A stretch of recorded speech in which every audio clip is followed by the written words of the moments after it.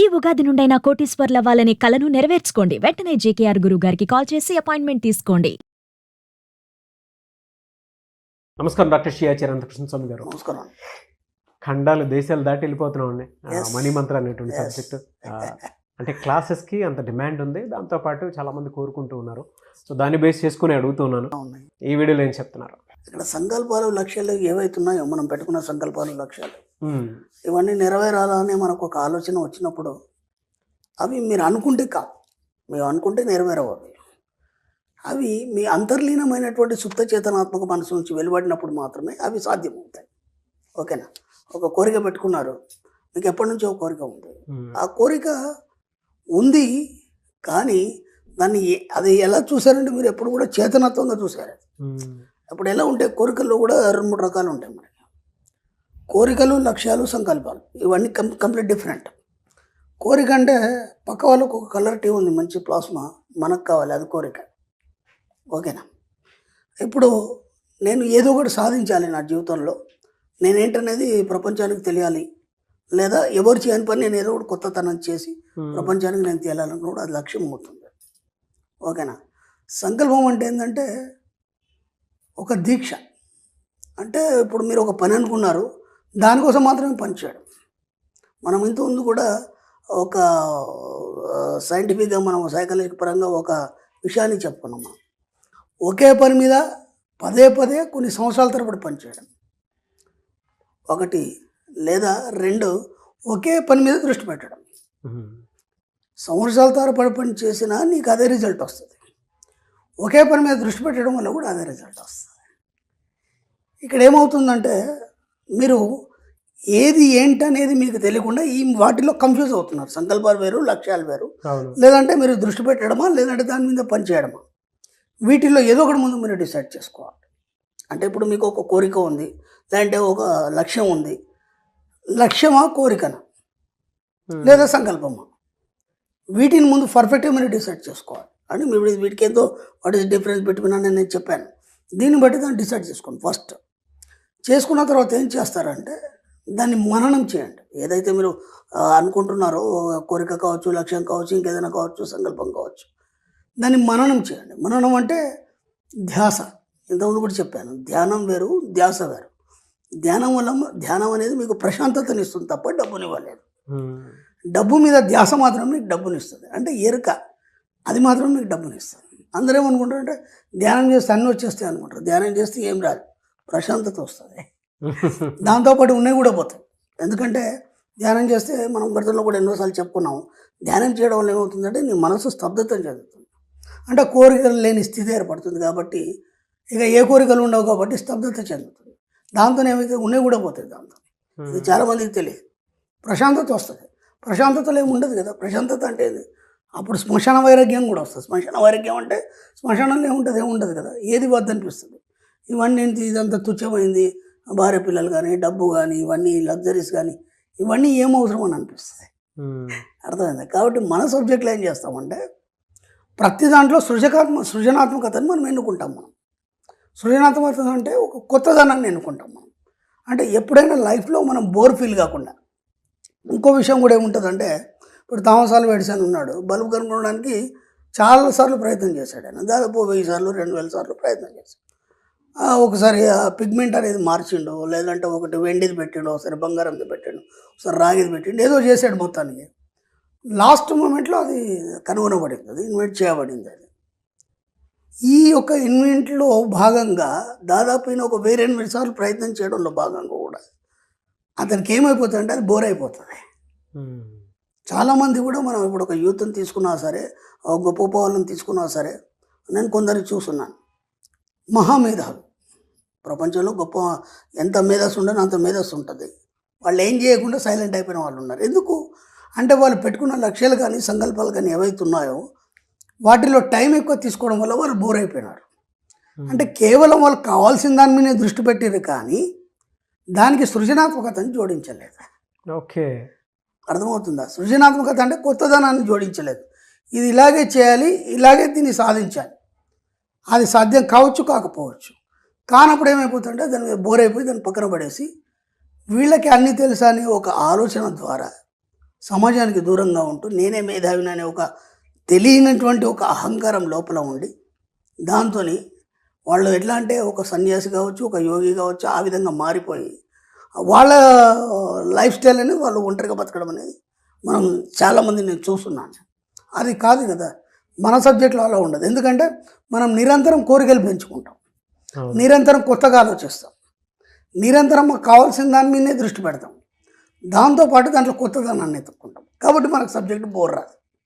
ఎవడో మన సబ్జెక్ట్లో వేల లక్షల మంది ఉన్నారు. ఎక్కడెళ్ళినా సరే వాళ్ళ లోపల ఒక ఆనందాన్ని కానీ, లేకపోతే ఇప్పుడు మా క్లాస్లోకి వస్తారు, లేదంటే ఎప్పుడైనా కాల్స్ మాట్లాడుతుంటారు, లేదంటే ఏదైనా సందర్భం వచ్చినప్పుడు ఎక్కడైనా సందర్భం మనకు తోడవుతారు, చూస్తే ఒక హ్యాపీనెస్ ఇంతకుముందు ఉన్నటువంటి పరిస్థితులు ఇప్పుడు లేవు. వాళ్ళే చెప్తారు, మనం చెప్పడం కాదు. ఎందుకు? ఇప్పటి వరకు వాళ్ళు బోర్ అయిపోయినారు వాళ్ళ లైఫ్లో.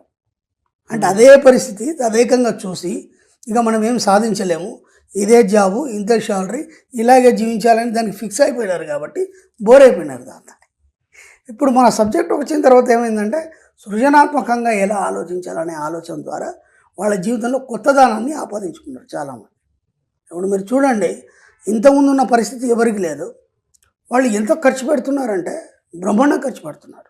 ఇప్పుడు చాలామంది యూత్ కూడా చూడండి, లేకపోతే ఫ్యామిలీస్ చూడండి, అన్ని రెస్టారెంట్లు ఫుల్ ఉన్నాయండి. మీరు ఏ టైంలో వెళ్ళండి, మార్నింగ్ వెళ్ళండి, మధ్యాహ్నం వెళ్ళండి, రాత్రి వెళ్ళండి, అన్ని రెస్టారెంట్లు ఫుల్ ఉన్నాయి. అవును. ఎందుకు? ఆ లగ్జరీస్కి అనేది అలవాటు పడ్డారు.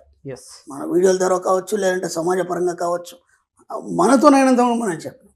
అందుకని ఏంటంటే ముందు నీకేం కావాలనే దాంట్లో ఈ మూడింట్లో ఏదైనా ముందు డిసైడ్ చేసుకొని దాని మీద సృజనాత్మకతను పెంచి దాని వైపు మాత్రం మీరు దృష్టి పెట్టడం మీరు అనుకునేది సాధిస్తారు. సంకల్పాలు కావచ్చు, కోరికలు కావచ్చు, ఇంకేమైనా కావచ్చు. కాబట్టి ఎప్పుడైనా గుర్తుంచుకోండి, ఒక కోరికను పెట్టుకొని దాని వైపు మాత్రమే ఆలోచిస్తూ దాన్ని ఎంత వీలైతే కొత్తదనాన్ని ఆపాదిస్తూ దాని వైపు మీరు పరుగులు తీయాలి. అప్పుడు కదా అది మీకు సాధ్యమవుతుంది. అప్పటి వరకు మీకు సాధ్యం కాదు. లేకపోతే ఏమైపోతుంది, బోర్ అయిపోయి వెనక్కి వెళ్ళిపోతారు మీరు. చాలామంది విషయాల్లో జరిగేది అదే. కాబట్టి ఇప్పుడు ఒక పని చేయండి మీరు. ఇప్పటివరకు అన్నీ వేరు. ఇప్పుడు మనకు నిన్న ఉగాది పోయింది, మనకి యుగాది ఆరంభం మనకి. ఇప్పుడు ఎట్లాగో మనం జనవరి 1 మనం కొన్ని టార్గెట్స్ పెట్టుకున్నాం కదా, అవి పక్కన పెట్టేసాను. ఎందుకంటే అనుకున్నాం, కాలేదు, అయింది, పోయింది. ఇప్పుడు కనీసం ఇప్పుడన్నా ఒక యుగాది, ఒక కొత్త ప్రారంభం మనం చేసే ముందన్నా ఎప్పుడన్నా ఒక టార్గెట్ పెట్టుకోండి. నేను డబ్బు పెట్టుకుంటారా, సంపద పెట్టుకుంటారా, ఐశ్వర్యం పెట్టుకుంటారా నేను అడగాను. ఎందుకంటే అవన్నీ అలవాటు అయిపోయినాయి మనకి. ఇప్పుడు మనం కొన్ని టెక్నిక్స్ చెప్పడం వల్ల నాకు నిజంగా కూడా ఈ సబ్జెక్ట్కి నేను చాలా థ్యాంక్స్ చెప్తాను. ఎందుకంటే సబ్జెక్ట్ నాది కాదు, ఋషుల ఎంగిలే నేను ఎన్నోసార్లు చెప్పాను. ఈరోజు మీరు నమ్మండి సార్, నా సబ్జెక్ట్ ఫాలో అయ్యే వాళ్ళు ఎంతమంది అయినా సరే, వీడియోలు చూసి పరంగా లేకపోతే క్లాస్కి వచ్చిన వాళ్ళ ఇల్లు అన్నీ సమృద్ధిగా వరదిల్లుతున్నాయండి. నేను హార్ట్ఫుల్గా చెప్తున్నాను, సమృద్ధిగా వరదిల్లుతున్నాయి. అంతకుముందు ప్రతిదీ లోటు. ఇప్పుడు మనిషికి ఏం కావాలంటే ఆకలైంది, అన్నం పెట్టేసాము, దాని గురించి మాట్లాడాడు. ఓకే, డబ్బు కావాలి, డబ్బు వచ్చేసింది, దాని గురించి మాట్లాడాడు. అంటే నీ అవసరాలన్నీ సమృద్ధిగా తీరినప్పుడు అప్పుడు ఏం చేస్తాడంటే ఒక కొత్త కోణంలో ఆలోచించడానికి, ఇందాక మనం చెప్పుకున్నటువంటి సృజనాత్మకత గురించి ఆలోచించడానికి దారి తీస్తాడు. ఇప్పుడు ఈ పరిస్థితిలో ఇరుక్కుపోయినాడు, వాటి గురించి ఆలోచించమంటే ఎలా ఆలోచిస్తాడు? కాబట్టి మనం ఏం చేయగలిగినాం ఇప్పటిదాకా అంటే, నిజంగా కూడా చెప్తున్నా, సబ్జెక్ట్ చాలా గ్రేట్. ఇన్ని వీడియోలతో కానీ, లేదంటే ఇన్ని సంవత్సరాల్లో కానీ ఒకటి మనం చేయగలిగినటువంటి అందరి ఇళ్లలో సమృద్ధిని తీసుకొచ్చాం మనం. ట్రూ అండి. ఎస్, సమృద్ధిని తీసుకొచ్చాం. ఎందుకంటే మనం చాలా టెక్నిక్స్ చెప్పాము, అవన్నీ పాటిస్తున్నారు. ఉదయం లేవగానే డోర్ తీస్తున్న ఇంట్లోకి ఆ డబ్బు సంపద ఐశ్వర్యాన్ని నేను ఆహ్వానిస్తున్నాను. ఎంత బాగుంది. దాంట్లో పూజ లేదు, పునస్కారం లేదు, ఒక వర్డ్. మనం ఏదైతే చెప్తామో అది యూనివర్స్ తీసుకుంటాం. ఓకే, ఆ తర్వాత బయటకు ఎన్నిసార్లు వెళ్ళినా సరే ఖాళీ చేతులతో ఇంట్లోకి రావద్దు, సమృద్ధి తోడవుతుంది. వాళ్ళు అందరు హ్యాపీగా ఉన్నారు, అందరి ఇళ్లలో సమృద్ధి తోడైంది, అందరు సమృద్ధిగా ఉన్నారు. ఇప్పుడు డబ్బు గురించి ఆలోచిస్తున్నారు. అంటే సమృద్ధి వచ్చిన తర్వాత ఇప్పుడు వాళ్ళ కోరికలు ఏంటి, డబ్బు ఎలా వస్తుంది, డబ్బును సంపాదించి ఏమేమి చేయాలి, ఇప్పటివరకు మిగిలిపోయిన కోరికలు ఎలా తీర్చుకోవాలి. కాబట్టి ఇప్పుడు ఏం చేస్తారంటే, నేను స్టార్టింగ్లో ఏదైతే చెప్పానో, సంకల్పమా, కోరికనా, లక్ష్యమా, ముందు పర్ఫెక్ట్గా డిసైడ్ చేసుకోండి. దానివైపు మాత్రమే సృజనాత్మకతతో ఆలోచిస్తూ ముందుకెళ్ళినప్పుడు మాత్రం మీ యొక్క సబ్కాన్షియస్ మైండ్ ప్రయత్నిస్తుంది. ఏదో అనుకున్నారా, ఒక కోరిక అనుకున్నారా, వాళ్ళకుంది మనకుందంటే మాత్రం రాదు. ఎందుకంటే వాళ్ళకున్నది నువ్వు కలిగి ఉన్నట్టు నువ్వు ఫీల్ కావాలి. ఓకేనా? కాబట్టి ఇప్పుడు మీ జీవితంలో ఏం కావాలనేది మీరు డిసైడ్ చేసుకొని ప్రతి దగ్గర మీరు ఫీల్ అవ్వండి. ఫీల్ అయినప్పుడు మాత్రమే మీ సుప్త చేతనాత్మ మనసు భౌతిక రూపంలో అందిస్తుంది.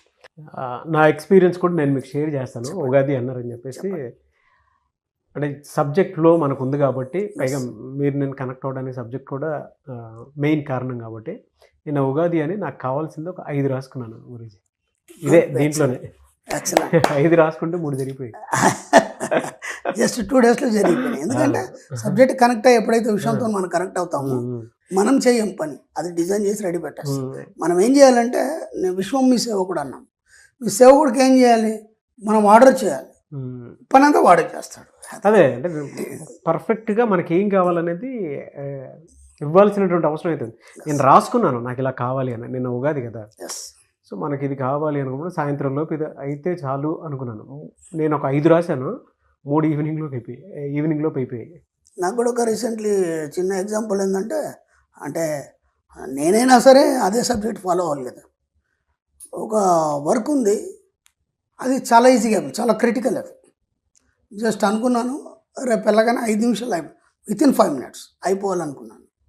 మార్నింగ్ అనుకోకుండా కార్ వెళ్తుంది, అక్కడ వెళ్ళిపోదాం పద ఒక్కసారి కార్ ఎట్టి తిప్పన్నాను. మీరు నమ్మండి, అంత పెద్ద ప్రెమిసెస్లో ఒక్క మనిషి లేడు. నాకు కావాల్సిన ఆపరేటర్ మాత్రమే ఉన్నాడు సిస్టమ్ మీద. జస్ట్ వెళ్ళాను, ఇది అని చెప్పాను, సార్ ఇలా చేయండి 5 నిమిషాల పని అయిపోతాను. కరెక్ట్ టైం చూసాను, 5 minutesలో బయటకు వచ్చేసి. ఫ్యాంటాస్టిక్. నేను అదే ఎక్స్పీరియన్స్. మీకు కావాల్సిన కోరికలు కానీ, మీకు కావాల్సిన పనులు కానీ, మీకు ఏదైనా అనుమానం ఉంది ఇది ఎలా అవుతుంది, లేకపోతే సమస్య పరిష్కారం కానీ, నిద్రలోకి జారే ముందు చెప్పండి, అది రెడీ చేస్తుందని చెప్పాను. ఎనీవేస్ థ్యాంక్ యూ అండి. Thank you so much doctor షియాచేరి అనంతకృష్ణ స్వామి గారు. థ్యాంక్ యూ అండి.